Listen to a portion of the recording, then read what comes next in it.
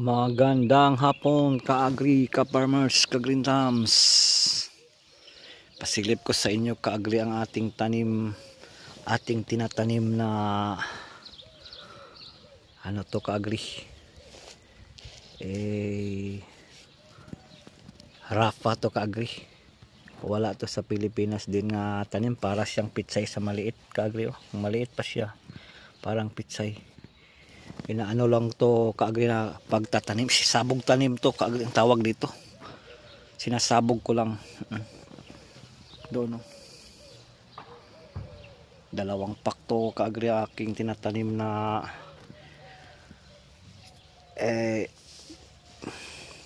gulay na Rafi. Tingnan nyo kaagri, dami tumutubo na. Doon sa gilid. Palagi lang na siyang diligan natin araw-araw para maka-recover siya kaagri sa padali siyang lumalaki. Kasi dito pakainin mo lang na ito ng calcium nitrate na abono, madali na itong lumalaki kaagri. Yung ating sabog tanim na Rafi, maliit pa parang pitsay po siya.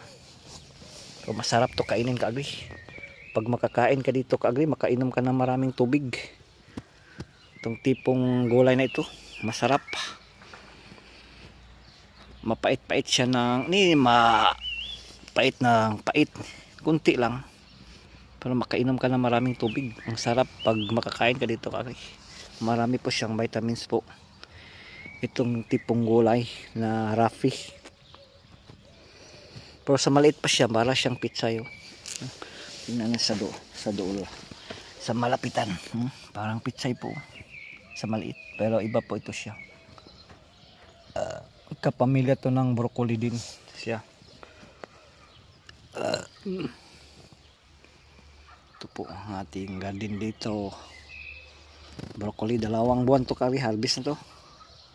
Pag April na, makaani na tayo dito sa ating Rafi. Pasilip ko din sa inyo kaagri pag lumalaki na to kaagri.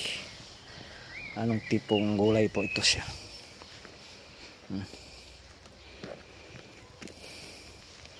Dapat kaagri. Tingnan niyo po, maliliit pa. Madali na to palakihin kaagri. Calcium nitrate lang, basta hindi gulay na hindi mabubunga kaagri. Calcium nitrate lang ang pagkain mo.